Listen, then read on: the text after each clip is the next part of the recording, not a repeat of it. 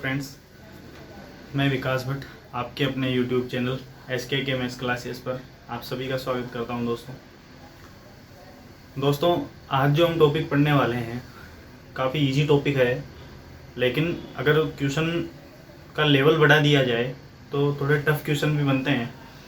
तो हमें वो सारी चीज़ें देखनी है जो एग्ज़ाम के दृष्टिकोण से महत्वपूर्ण है। दोस्तों काफ़ी इम्पोर्टेंट टॉपिक है ये, और जितने भी टॉपिक दिए हैं हमें सारे इम्पोर्टेंट टॉपिक हैं। बाकी ये एक ऐसा टॉपिक है जो थोड़ी सी मेहनत से हम पूरे में से पूरे नंबर ले सकते हैं इस टॉपिक में। ठीक है, टॉपिक में बता देता हूँ आपको। टॉपिक आप अच्छी तरह से जानते हैं, प्रायिकता इसे कहेंगे। टॉपिक का क्या नाम है दोस्तों? प्रायिकता।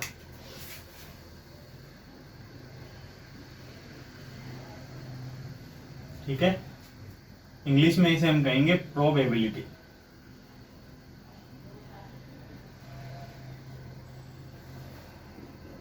ठीक है दोस्तों, तो ये टॉपिक का नाम है प्रोबेबिलिटी या प्रायिकता। तो इसको पढ़ने से पहले हमें कुछ चीज़ें देखनी पड़ेगी दोस्तों, जो इस चैप्टर से संबंधित जो चीज़ें हैं जो हमारे लिए महत्वपूर्ण है। चाहे सूत्र कह लीजिए, चाहे नियम कह लीजिए, या और भी कई परिभाषाएं हैं, उनको हम समझ सकते हैं, जिनके आधार पर सारी जो प्रश्नावली है वो हमारे लिए सरल होगी, क्लियर होगी। तो प्रश्नावली को क्लियर करने के लिए हमें कुछ परिभाषाएं पढ़नी है, कुछ सूत्र पढ़ने हैं और कुछ नियम पढ़ने हैं। ठीक है ना दोस्तों? तो सबसे पहले मैं प्रायिकता की बात करता हूँ कि प्रायिकता होती क्या है, उसको हम सबसे पहले समझते हैं।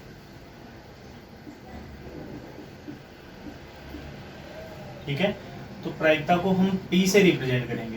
पहली चीज क्या होगी, प्रायिकता को किससे रिप्रेजेंट करेंगे दोस्तों? P से। तो इसका सूत्र याद रखिएगा, इसके सूत्र से ही सारा काम हो जाएगा हमारा।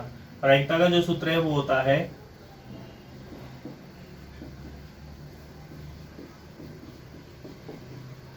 अनुकूल परिणाम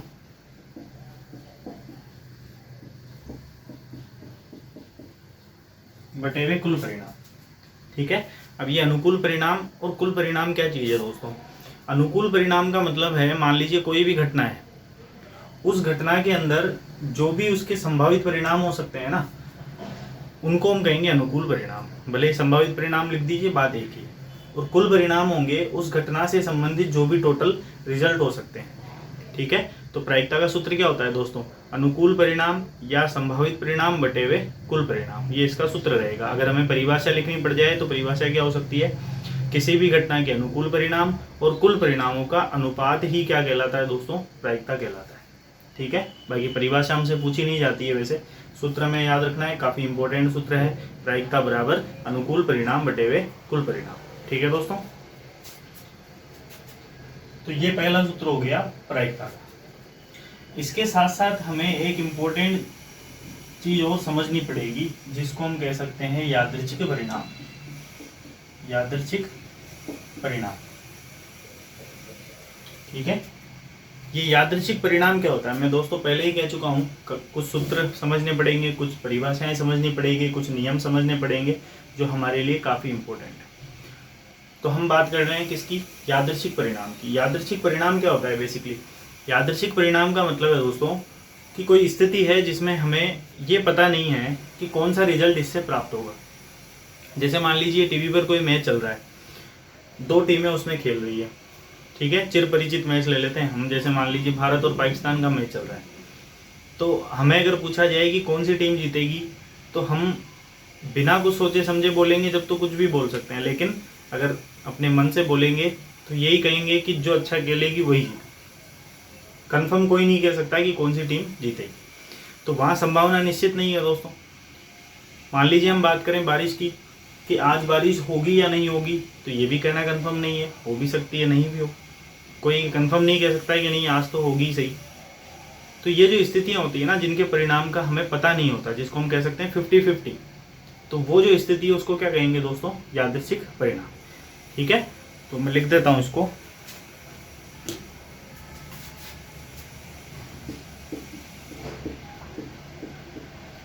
यदि किसी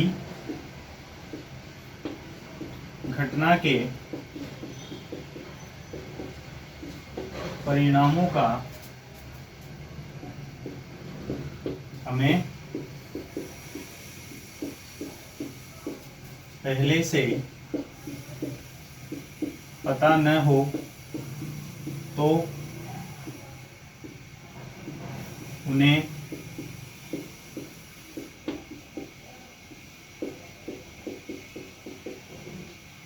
यादृच्छिक परिणाम कहते हैं। उन्हें क्या कहते हैं दोस्तों? यादृच्छिक परिणाम कहते हैं।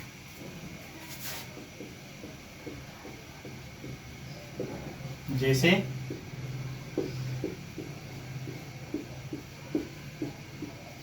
किसी सिक्के को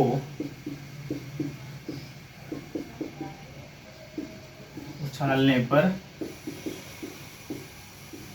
चित या पट आना।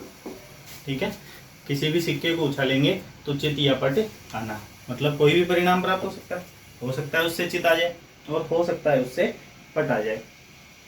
तो हमें इस तरीके से समझ लेना है दोस्तों कि यादृच्छिक परिणाम क्या होता है। तो आपके समझ में आ गया होगा कि प्रायिकता क्या चीज़ है और यादृच्छिक परिणाम क्या चीज़ है। तीसरी बात करते हैं हम दोस्तों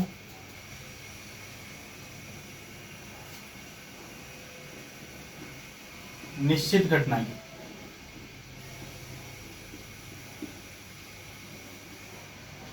ठीक है, निश्चित घटना को संभव घटना भी कह सकते हैं दोस्तों।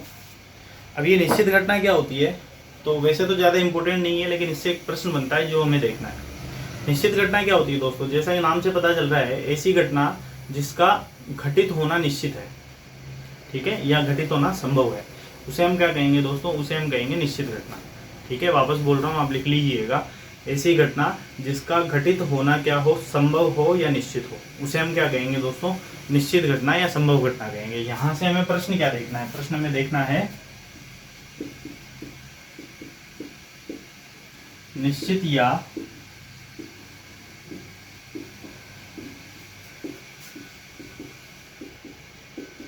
संभव घटना की प्रायिकता बराबर 1। ये इंपॉर्टेंट है दोस्तों कि निश्चित या संभव घटना की प्रायिकता कितनी होती है। ये हमसे अगर पूछा जाए तो हमें क्या लिखना है दोस्तों? 1 लिखना है कि किसी भी निश्चित घटना या संभव घटना की प्रायिकता क्या होती है? 1। भाई कोई भी अगर घटना घटित होगी तो उसकी प्रायिकता क्या होगी दोस्तों? 1 ही होगी। मतलब पूरी तरह से अगर वो घटित हो रही है तो उसको क्या कहेंगे दोस्तों? 1 कहेंगे। पूरी तरह से अगर घटित हो रही है तो प्रायिकता हो जाएगी दोस्तों 1। इसी के विपरीत अगर हम देखें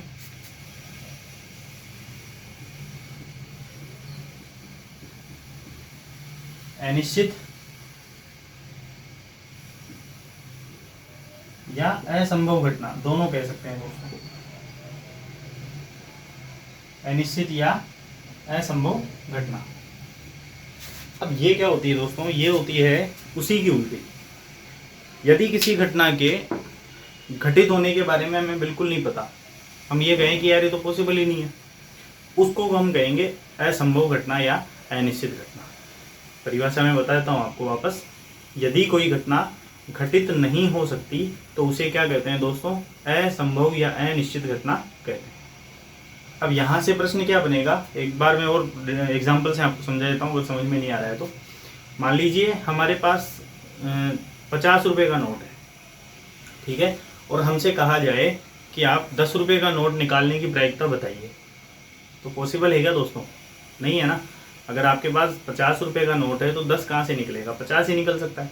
तो ऐसी स्थिति में जहाँ जो घटना है उस घटना से संभावित रिजल्ट आना संभव नहीं है, तो उस स्थिति में उसे क्या कहा जाएगा? असंभव घटना कहा जाएगा। ठीक है, तो इससे क्या प्रश्न बनेगा? तो इससे जो प्रश्न बनेगा उसको समझिएगा। अनिश्चित या असंभव घटना की प्रायिकता, असंभव घटना की प्रायिकता बराबर क्या हो जाएगी दोस्तों? 0। इंपॉर्टेंट है दोस्तों, कई बार पूछा जाता है एग्जाम में कि किसी अनिश्चित या असंभव घटना की प्रायिकता क्या होती है, तो आपको क्या लिखना है दोस्तों? 0 लिखना है। ठीक है, तो ये कुछ इंपॉर्टेंट परिभाषाएं हैं जो आप नोट कर लीजिए, फिर मैं आगे की परिभाषाएं आपको बताता हूँ कि क्या क्या इंपॉर्टेंट परिभाषाएं और हैं, क्या क्या नियम हैं, क्या क्या सूत्र हैं जो हमें देखने हैं।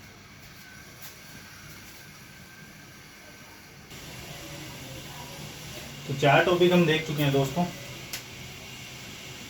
आगे की परिभाषा या महत्वपूर्ण तथ्य क्या है उसके बारे में हम चर्चा करते हैं दोस्तों। ध्यान दीजिएगा, प्रायिकता की सीमा यानी प्रायिकता की लिमिट क्या होती है दोस्तों। जैसे ही हमारे दिमाग में प्रायिकता आता है तो हमारे दिमाग में एक चीज़ और आएगी साथ में कि प्रायिकता की लिमिट क्या होती है, कि प्रायिकता कहाँ से कहाँ तक होती है, ये हमें पता होना जरूरी है। तो ये ध्यान रखिएगा, एग्जाम के दृष्टिकोण से काफ़ी इंपॉर्टेंट चीज़ है ये। प्रायिकता की जो लिमिट होती है दोस्तों वो होती है 0 से 1। ठीक है, क्या होती है 0 से 1, या मैं अलग से लिख दूंगा इसको। प्रायिकता की जो सीमा है वो 0 से 1 होती है। ठीक है, इसको हम और तरीकों से लिख सकते हैं, मैं बताता हूँ आपको। मान लीजिए कोई घटना है, ठीक है ना, घटनाओं को हम कैपिटल अक्षर से बताते हैं, A B C, इस प्रकार से जो भी कैपिटल में हम बता रहे हैं उसको हम क्या कहेंगे, घटनाएं कहेंगे। संकेत है घटना को बताने का कैपिटल अक्षरों के रूप में। तो ये A मान लीजिए कोई घटना है, इसकी प्रायिकता को हम लिखेंगे PA के रूप में। इस रूप में हमें प्रायिकता लिखनी है, प्रोबेबिलिटी ऑफ A, यानी A की प्रायिकता। तो A की प्रायिकता क्या हो सकती है दोस्तों, हो सकती है 0 के बराबर हो। कम से कम कितनी हो सकती है, 0। ज़्यादा से ज़्यादा कितनी हो सकती है, 1 हो सकती है। तो क्या होगी दोस्तों, ध्यान दीजिए, 0 से ज़्यादा हो सकती है, तो ये 0 से ज़्यादा हो सकती है और बराबर हो सकती है। ठीक है ना, 0 से ज़्यादा और बराबर। और 1 से क्या होगी दोस्तों, कम होगी, और 1 के बराबर हो सकती है, 1 से कम या 1 के बराबर। तो इसको हम इस तरीके से भी लिख सकते हैं कि जो कोई घटना ए है उसकी प्रायिकता क्या हो सकती है दोस्तों, 0 के बराबर हो सकती है, 0 से ज़्यादा हो सकती है, 1 के बराबर हो सकती है, 1 से कम हो सकती है। ठीक है, ऐसे भी हम लिख सकते हैं। बाकी सिंपल तरीके से आप याद रखना चाहते हैं तो काफ़ी आसान है, 0 से 1। यहाँ से 2 प्रश्न निकल के आते हैं दोस्तों। अगर हमसे पूछ लिया जाए कि न्यूनतम प्रायिकता कितनी होती है तो हमें क्या लिखनी है दोस्तों, 0 लिखनी है। कम से कम प्रायिकता क्या होती है, 0 होती है। और हमसे पूछा जाए कि अधिकतम प्रायिकता कितनी होती है,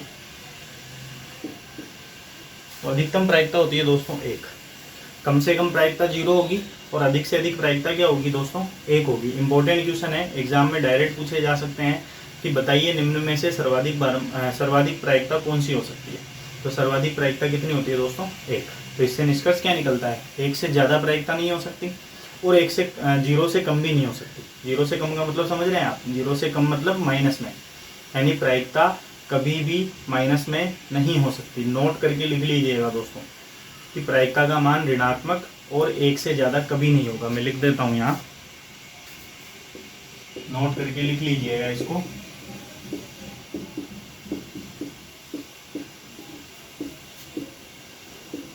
प्रायिकता कभी भी ऋणात्मक या 1 से ज़्यादा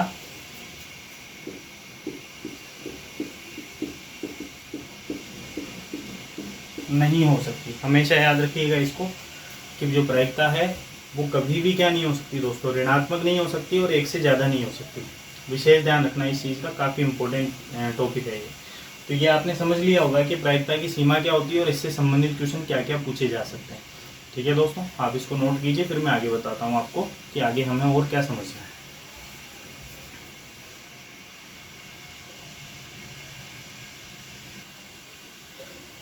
तो आगे देख लेते हैं दोस्तों, इसके बाद क्या हो सकता है। छठे पॉइंट की हम बात करते हैं।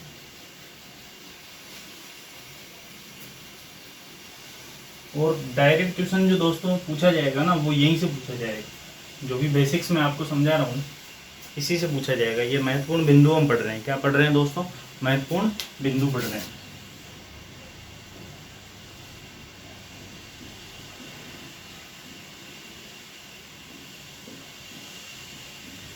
इन महत्वपूर्ण बिंदुओं से ही दोस्तों छोटे क्वेश्चन पूछे जाएंगे। अगर डायरेक्ट क्वेश्चन पूछा जाएगा तो वो यहीं से पूछा जाएगा। और गणित की कोई से भी प्रश्नावली हो, अगर आपको बेसिक उसके याद है ना दोस्तों, तो आपके लिए बहुत सिंपल होगी वो प्रश्नावली, और बेसिक याद नहीं है तो काफ़ी दिक्कतें आपको आ सकती है। तो पॉइंट नंबर 6 की बात कर लेते हैं। पॉइंट नंबर 6 में आपको याद रखना है कि सभी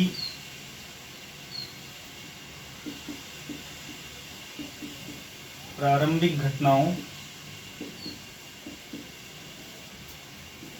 की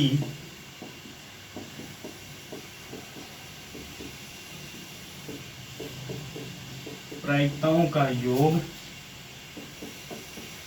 बराबर 1। याद रखना है आपको कि सभी जो प्रारंभिक घटनाएं होती है उनका योग क्या होगा दोस्तों, 1 होगा। जैसे मान लीजिए कोई घटना है A, दूसरी घटना है B, तीसरी घटना है C। इनकी प्रायिकताओं का योग अगर हमें पूछ लिया जाए तो इनकी प्रायिकताओं का योग क्या लिखना है दोस्तों, हमें 1 लिखना है। इस प्रकार से कितनी भी घटनाएं हो उन सबकी घटनाओं का प्रायिकताओं का योग कितना आएगा, 1, यानी 1 से ज़्यादा होगा ही नहीं, आपको खुद को पता है। तो आपको याद रखना है अगर डायरेक्ट पूछ लिया जाए कि सभी प्रारंभिक घटनाओं की प्रायिकताओं का योग कितना होता है, तो कितना होता है दोस्तों, 1 होता है। या घुमा के भी पूछ लिया जाए कि 3 घटनाएं हैं, 5 घटनाएं, 10 घटनाएं, उनकी प्रायिकताओं का योग कितना होगा, तो उसका योग भी कितना होगा दोस्तों, 1 ही होगा। ठीक है, तो एक ये पॉइंट आपको याद रखना है, काफ़ी इंपॉर्टेंट है ये। और जो भी बेसिक में समझा रहा हूँ ये सारी चीज़ें इंपॉर्टेंट है दोस्तों एग्जाम के दृष्टिकोण से। अगला पॉइंट हम देख लेते हैं। अगला पॉइंट है दोस्तों पूरक घटना।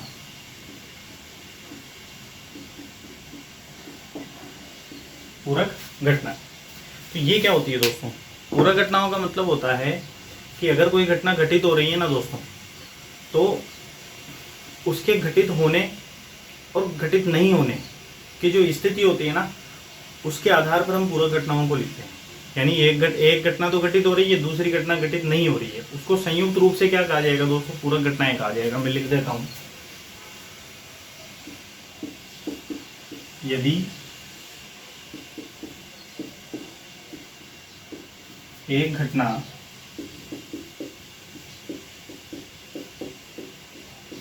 घटित हो रही है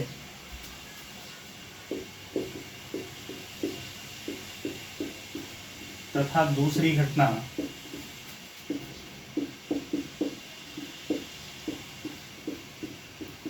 घटित नहीं हो रही है, तो उन्हें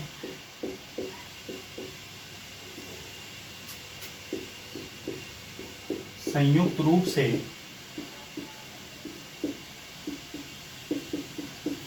पूरक घटनाएं कहते हैं। अगर एक घटना घटित हो रही है, दूसरी घटना घटित नहीं हो रही है, तो उनको संयुक्त रूप से क्या कहा जाएगा दोस्तों, पूरक घटनाएं कहा जाएगा। एग्जाम्पल में बता देता हूं आपको।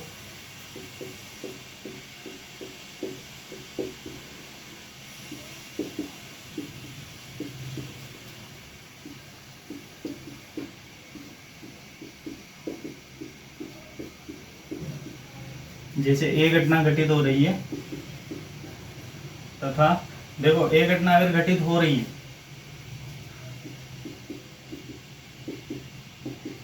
तो उसकी प्रायिकता को देखो क्या लिखा जाएगा, उसकी प्रायिकता को लिखा जाएगा पी। क्या लिखा जाएगा दोस्तों, पीए लिखा जाएगा।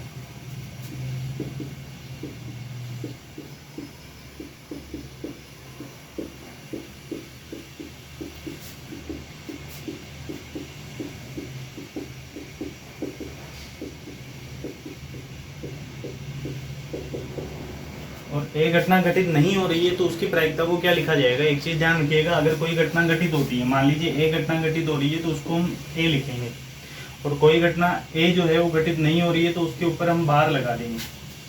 ठीक है ना, ये जो चिन्ह है इसको हम वैसे तो बार पढ़ते हैं, लेकिन ये काम में किस रूप में आ रहा है, यहाँ निगेशन के रूप में आ रहा है, निषेध के रूप में काम में आ रहा है। तो अगर घटना घटित होती है तो उसको ए लिखेंगे, नहीं होती है तो ए के ऊपर बार लगा देंगे। ठीक है, तो हम उसकी प्रायिकता अगर लिखते हैं तो क्या लिखेंगे दोस्तों, पीए बार। ठीक है, तो एक घटना घटित हो रही है तो उसको हम पीए लिखेंगे, दूसरी घटित नहीं हो रही है तो उसको पीए बार लिखेंगे। और दोनों घटनाओं को संयुक्त रूप से क्या कहा जाता है, पूरक घटनाएं कहा जाता है। अब पूरक घटनाओं में एक संबंध होता है जो हमें समझ लेना चाहिए, काफी इंपॉर्टेंट है परीक्षा के लिए।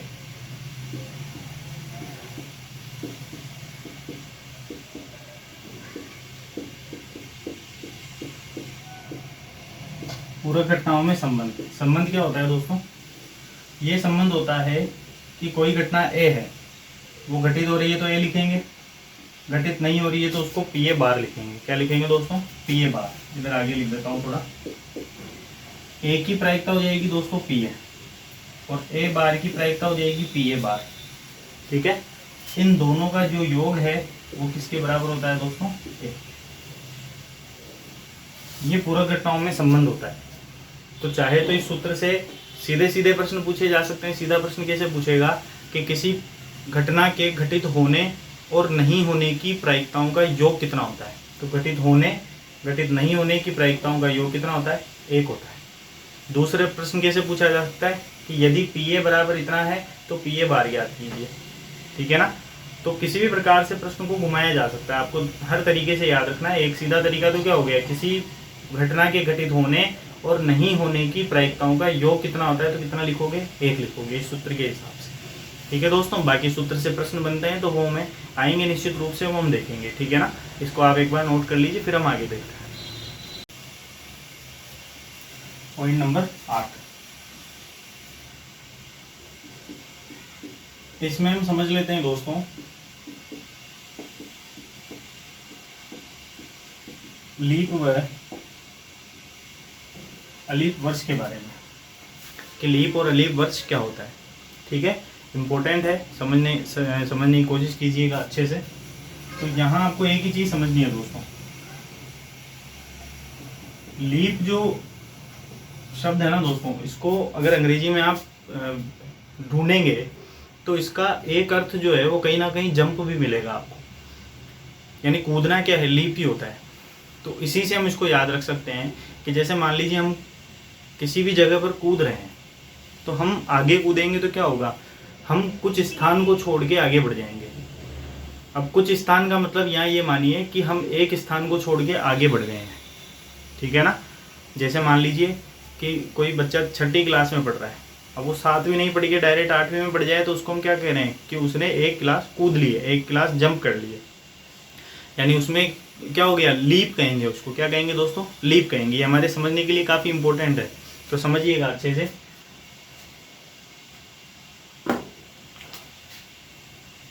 तो हमें याद रखना है कि वैसे सामान्य जो वर्ष होता है उसमें कितने दिन होते हैं दोस्तों? 365 दिन होते हैं। उसी के अकॉर्डिंग हमें समझना है। देखिए, 2 प्रकार से मैं इसको डिवाइड कर देता हूँ। एक तो है लीप वर्ष,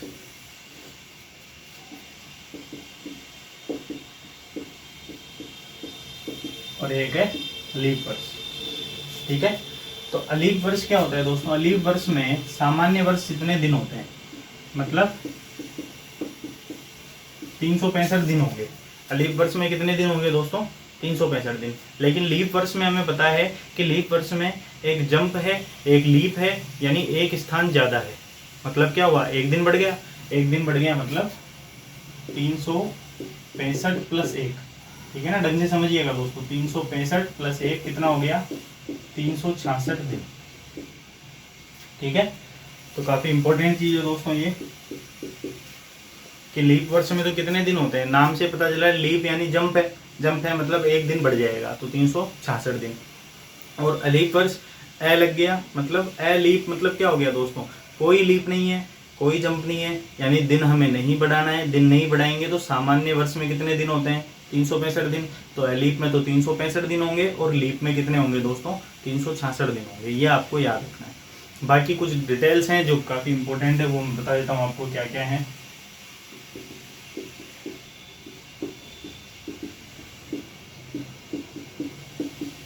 एक वर्ष में दिन कितने होंगे? 365 होंगे। ठीक है ना, ये तो हम लिख चुके हैं वैसे, लीप अलीप से ही हमें मतलब रहेगा यहाँ। इसके अलावा क्या होंगे वो देख लेते हैं।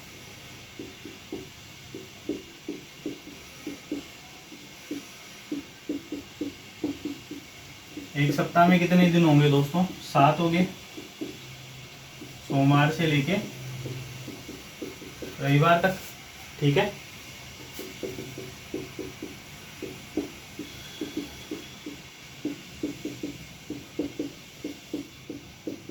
एक वर्ष में कुल सप्ताह कितने होंगे? तो कुल सप्ताह होंगे दोस्तों 52। कितने सप्ताह होते हैं एक साल में? 52 सप्ताह होते हैं।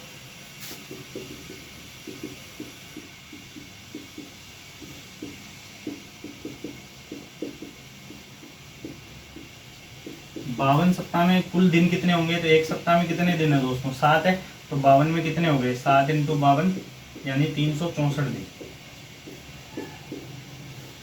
ठीक है, तो 52 सप्ताह में कितने दिन होंगे दोस्तों? 364 दिन होंगे। अब यहाँ आप देख पा रहे हैं कि 364 दिन होंगे 52 सप्ताह के अंदर।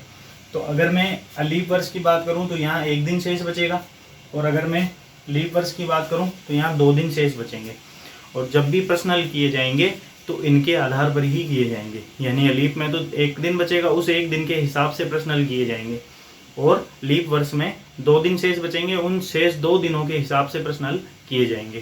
तो ये मैं आगे समझाऊंगा आपको जब भी प्रश्न बताऊंगा। बाकी थोड़ा बहुत डिटेल मैंने आपको बता दी है कि उस 1 दिन के हिसाब से तो लीप वर्ष में होगा, और 2 दिन के हिसाब से लीप वर्ष में हमको प्रश्नों को हल करना पड़ेगा।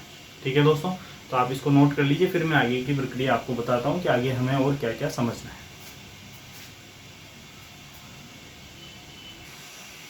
ध्यान दीजिए आगे दोस्तों, 2 प्रकार की घटनाएं सामने लिखी हुई है, एक तो है स्वतंत्र घटना और एक है आश्रित घटना। दोनों मैं आपको समझा देता हूँ। स्वतंत्र घटना क्या होती है दोस्तों? मान लीजिए कोई घटना है, उसके घटित होने और नहीं होने का प्रभाव अगर दूसरी घटनाओं पर पड़ता है, कि उसकी वजह से दूसरी घटनाएं जो घटित हो रही है या नहीं हो रही है उनके ऊपर अगर उसका प्रभाव पड़ता है, तो उस स्थिति में वो घटनाएं कहलाती है क्या? आश्रित घटनाएं, अगर उन पे प्रभाव पड़े तो। और अगर उस घटना के या किसी घटना के घटित होने या नहीं होने का प्रभाव अन्य घटनाओं पर नहीं पड़ता है, तो वैसी घटनाएं क्या कहलाती है दोस्तों? स्वतंत्र घटनाएं कहलाती है। बिल्कुल सिंपल है, परिभाषा में भी यही लिखा हुआ है। देखिए, यदि किसी एक घटना के घटित होने न होने का प्रभाव शेष घटनाओं के घटित होने या न होने पर नहीं पड़ता है, क्या होता है दोस्तों? नहीं पड़ता है प्रभाव, तो उन्हें स्वतंत्र घटनाएं कहते हैं। जैसे एक सिक्के तथा पासे को एक साथ उछालने पर, एक सिक्के और पासे को एक साथ उछाला जाता है। सिक्के पर तो क्या आ गया दोस्तों? पट आ गया, और पासे पर क्या आ गया? 3 आ गया। तो दोनों जो है क्या है? स्वतंत्र घटना है। उससे कोई फर्क पड़ेगा क्या? नहीं पड़ेगा। मान लीजिए सिक्के पे पट आ रहा है, तो क्या पासे पे मान नहीं आएगा? बिल्कुल आएगा। या पासे पर 3 ही आना फिक्स है, 4 नहीं आ सकता? 4 भी आ सकता है, 5 भी आ सकता है। यानी जो सिक्का है उसके परिणाम पासे के परिणाम को प्रभावित नहीं करेंगे। तो ऐसी स्थिति में ये जो घटनाएं हैं वो क्या कहलाती है दोस्तों? स्वतंत्र घटनाएं कहलाती है। इसी के विपरीत आश्रित घटनाएं क्या होती है? देखिए, यदि किसी घटना के घटित होने का प्रभाव शेष घटनाओं पर पड़ता है, शेष घटनाओं पर इसका क्या पड़ेगा दोस्तों? प्रभाव पड़ेगा, तो उन्हें आश्रित घटनाएं कहते हैं। जैसे ताश की एक गड्डी में से एक पत्ता निकालने पर उसका लाल पान का पत्ता होना, यानी मान लीजिए ताश की एक गड्डी में से 52 पत्ते होते हैं ताश की गड्डी में, उसमें से एक पत्ता निकाला गया जो कि लाल पान का निकला। ठीक है, अब क्या किया जाए? उस पत्ते को उसमें नहीं मिलाना है वापस, ये लिखा हुआ है देखो। इसके बाद बिना इस पत्ते को गड्डी में मिलाए दोबारा खींचे गए पत्ते, यानी जो पत्ता बाहर निकला लाल पान का उसको आपको वापस नहीं मिलाना है। अब वापस नहीं मिलाएंगे तो पत्ते कितने रह गए दोस्तों? 51 ही रह गए। बट टोटल 52 होते हैं ना, अब एक नहीं मिला रहे तो 51 ही रह गए। तो अब आपको जो प्रायिकता है वो 51 में से निकालनी पड़ेगी। तो उस पत्ते की वजह से उस पर प्रभाव पड़ा, और उस पर प्रभाव पड़ा मतलब क्या है दोस्तों? ये आश्रित घटना है। ठीक है, उम्मीद है कि आपको समझ में आया होगा। तो दोनों परिभाषाएं आप नोट कर लीजिए, फिर मैं 1-2 परिभाषाएं और है जो मैं आपको बताता हूँ। तो ये कुछ परिभाषाएं और देख लेते हैं दोस्तों। 11 नंबर की जो परिभाषा है वो क्या है? मिश्र या संयुक्त घटना है। ठीक है ना, कंपाउंड जो इवेंट्स होते हैं उनके बारे में बात कर रहे हैं हम, जो एक साथ घटित होते हैं। नाम से पता चल रहा है मिश्र या संयुक्त घटनाएं। तो मिश्र या संयुक्त घटनाएं क्या होती है दोस्तों? वो हम देख लेते हैं, ध्यान दीजिएगा। यदि 2 या 2 से अधिक घटनाएं एक साथ घटित होती है तो उन्हें मिश्र या संयुक्त घटनाएं कहते हैं। यानी 2 या 2 से ज़्यादा जो घटनाएं अगर एक साथ घटित होती है तो उसे क्या कहेंगे दोस्तों? मिश्र या संयुक्त घटनाएं कहेंगे। ठीक है दोस्तों, आगे देख लीजिए। जैसे एक एग्जाम्पल मैंने यहाँ लिया है, 2 थैलों में कुछ लाल तथा कुछ सफ़ेद गेंदे हैं। 2 थैले हैं, कितने थैले हैं दोस्तों? 2। उसमें कुछ तो लाल गेंदे और कुछ सफ़ेद गेंदे। ठीक है, आगे ध्यान दीजिए। एक थैले का चुनाव करना। देखो पहली घटना तो यही हो गई, 2 थैलों में से एक थैले का चुनना, पहली घटना तो यही होगी। तथा उसमें से लाल गेंद निकालना, और लाल गेंद निकालना कौन सी घटना है दोस्तों? दूसरी घटना है। यानी एक ही प्रयोग के अंदर दो दो घटनाएं जुड़ी हुई है। तो इस स्थिति में ऐसी जो घटनाएं होंगी उनको क्या कहा जाएगा दोस्तों, मिश्र या संयुक्त घटनाएं कहा जाएगा। बिल्कुल सिंपल है, अगर एक ही घटना में एक से ज़्यादा घटनाएं जुड़ी हुई है तो उसे क्या कहेंगे, मिश्र या संयुक्त घटना। फिर आगे है परस्पर अपवर्जी या असंयुक्त घटना, यानी डिसजॉइंट इवेंट्स क्या है, जो जुड़े हुए नहीं है। तो नाम से पता चल रहा है, यदि दो घटनाओं में से एक घटना के घटित होने के बाद शेष घटना घटित न हो सके, या जो घटनाएं जुड़ी हुई नहीं होती है, परिभाषा सीधी भी बन सकती है कि अगर कोई दो घटनाएं या दो से ज़्यादा घटनाएं जुड़ी हुई नहीं है परस्पर, तो एक के घटित होने से दूसरे पर प्रभाव नहीं पड़ेगा, तो ऐसी स्थिति में वो जो घटनाएं क्या कहलाएगी, असंयुक्त घटनाएं या परस्पर अपवर्जी घटनाएं कहलाएगी। तो परिभाषा सिंपल सी है दोस्तों, यदि दो घटनाओं में से एक घटना ही घटित होने के बाद शेष घटना घटित न हो सके तो उन्हें परस्पर अपवर्जी या असंयुक्त घटनाएं कहते हैं। जैसे एग्जाम्पल देखिए, एक सिक्के को उछालने पर चित या पट आना। मान लीजिए एक सिक्का है, उसको उछालेंगे तो या तो हेड आएगा या टेल आएगा, यानी चित या पट आ सकता है। तो अगर एक बार मान लीजिए कि चित आ गया तो उसके साथ पट आना अलग से बताना पड़ेगा हमें, जुड़ा हुआ तो नहीं है ना वो। ये मान के चलिए कि एक सिक्के को उछालने पर चित या पट आना, यानी दोनों में से एक ही आएगा और एक आने से दूसरे पे प्रभाव नहीं पड़ेगा। तो ये जो घटनाएं है ना दोस्तों, ये क्या कहलाती है, अपवर्जी और असंयुक्त घटनाएं, जो दोनों अलग अलग है, जुड़ी हुई नहीं है एक साथ। अगर चित आ गया तो इसका मतलब ये नहीं है कि पट नहीं आ सकता, पट भी आ सकता है, दोबारा उछालोगे तो हो सकता है पट आ जाए, या हो सकता है पट नहीं आए चित ही आ जाए वापस। तो दोनों घटनाएं एक दूसरे से जुड़ी हुई नहीं है, तो इनको कहेंगे असंयुक्त घटना। सीधा नाम से पकड़ लीजिए, संयुक्त घटना मतलब जुड़ी हुई घटनाएं, एक ही घटना में एक से ज़्यादा घटनाएं जुड़ी हुई है तो वो संयुक्त घटना है। और असंयुक्त घटना मतलब एक ही घटना में अगर अलग अलग घटनाएं हैं, जुड़ी हुई नहीं है, एक घटना का प्रभाव दूसरे पर नहीं पड़ रहा है, तो ऐसी स्थिति में उसे क्या कहेंगे, असंयुक्त घटना कहेंगे। ठीक है दोस्तों, तो आप परिभाषाएं उतार लीजिए, फिर मैं आगे की बात आपसे करता हूँ।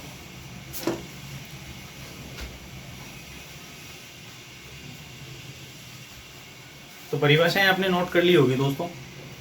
तो दोस्तों आज का जो सेशन है उसमें हमने कुछ इम्पोर्टेंट परिभाषाएं, कुछ सूत्र भी देखे और कुछ गुणधर्म देखे जो कि काफ़ी इम्पोर्टेंट है। तो आज आपको ये जो गुणधर्म है, ये सूत्र हैं या ये परिभाषाएं हैं, ये आपको याद करनी है। फिर मैं अगले सेशन में आपके लिए इसी टॉपिक को आगे बढ़ाऊंगा। इससे संबंधित और भी कुछ परिभाषाएं हैं, कुछ सूत्र हैं जो हमें पढ़ने हैं। और ये याद रखिएगा, ये जो बेसिक्स में पढ़ा रहा हूँ आपको, ये बेसिक्स ही इम्पोर्टेंट है यहाँ छोटे क्वेश्चन के लिए। एक दो क्वेश्चन यहाँ से डायरेक्ट पूछे जा सकते हैं कि प्रायिकता से संबंधित जो बेसिक्स हैं उससे डायरेक्ट क्वेश्चन आ सकता है, इसलिए आप जरूर बहुत ध्यान से पढ़ें इन चीज़ों को। ठीक है दोस्तों, तो मिलते हैं अगले वीडियो में कुछ नई परिभाषाओं के साथ, कुछ नए नियमों के साथ और कुछ नए सूत्रों के साथ। ठीक है दोस्तों, आज के सेशंस को ये समाप्त करते हैं। जय हिंद, जय भारत दोस्तों।